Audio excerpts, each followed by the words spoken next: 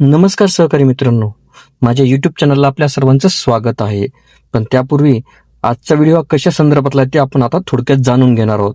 आजच्या व्हिडिओमध्ये सरकारी कर्मचाऱ्यांच्या सेवानिवृत्तीचं वय 60 करावं याबाबतचा आजचा हा व्हिडिओ आहे.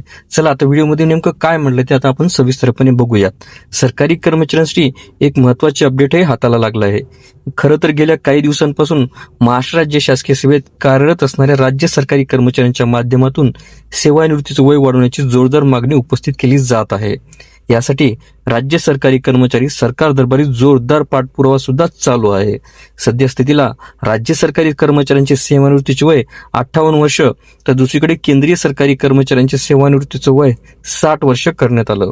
या व्यतिरिक्त इतरही अनेक राज्यातील राज्य सरकारी कर्मचाऱ्यांचे सेवानिवृत्तीचे वय.